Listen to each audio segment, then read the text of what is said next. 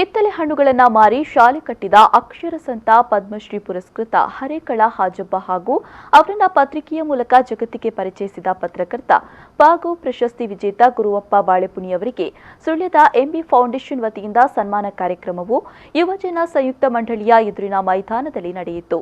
ತೂಗು ಸೇತುವೆಗಳ ಸರದಾರ ಪದ್ಮಶ್ರೀ ಪುರಸ್ಕೃತ ಗಿರೀಶ್ ಭಾರದ್ವಾಜ್ ಸನ್ಮಾನಿಸಿ ಮಾತನಾಡಿ, ಹಾಜಬ್ಬ ಅವರ ಸೇವೆ ಅನನ್ಯವಾದುದು. ಇವತ್ತಿನ ಸಮಾಜದಲ್ಲಿ ಅಸೂಯೆ, ದ್ವೇಷ, ಭೇದ ಭಾವಗಳು, ಸಂಘರ್ಷಗಳು ಇರುವಂತಹ ಕಾಲಘಟ್ಟದಲ್ಲಿ ಪ್ರೀತಿಯ ಮೂಲಕ ಎಲ್ಲರೂ ಒಟ್ಟಾಗಿ ಬದುಕೋದನ್ನ ಕಲಿಯಬೇಕಿದೆ ಅಂತ ಹೇಳಿದರು. ಪ್ರೀತಿಯಿಂದ ಸದಾಶಿವರಾಗ ಸೂಕ್ಷ್ಮವಾಗಿ ಹೇಳಿದರು.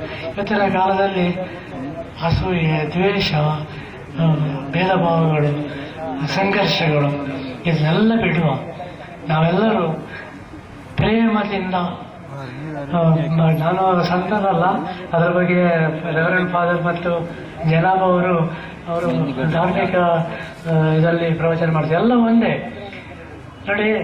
ಬೇರೆ ಒಂದು ಸನ್ಮಾನ ಸ್ವೀಕರಿಸಿ ಮಾತನಾಡಿದ ಪದ್ಮಶ್ರೀ ಪುರಸ್ಕೃತ ಹರೇಕಳ ಹಾಜಬ್ಬ ಮಾತನಾಡಿ, ನಾನೊಬ್ಬ ಸಾಮಾನ್ಯ ಮನುಷ್ಯ. ನನಗೆ ಸಹಾಯ ಮಾಡಿದ ಮತ್ತು ನನ್ನನ್ನು ಗುರುತಿಸುವಂತೆ ಮಾಡಿದ ಮಾಧ್ಯಮ ಮಿತ್ರರಿಗೆ ಧನ್ಯವಾದ ತಿಳಿಸಿದರು.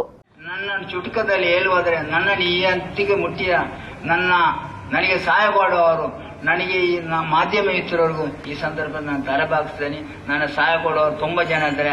ಇವತ್ತು ಒಬ್ಬ ಸಾಮಾನ್ಯ ಮನುಷ್ಯಗೆ ಮನೆ ಕೊಡಲಿಲ್ಲ, ಒಂದು ಕ್ರಿಶ್ಚಿಯನ್ ಸಂಸ್ಥೆ ಅವರು ಮಾಡಿಕೊಟ್ಟಿದ್ದಾರೆ, ಇದೇ ಇದ್ದಾರೆ. ಅದು ಎಲ್ಲರಿಗೂ ಇಷ್ಟಪಡಲ್ಲ ನಾನು.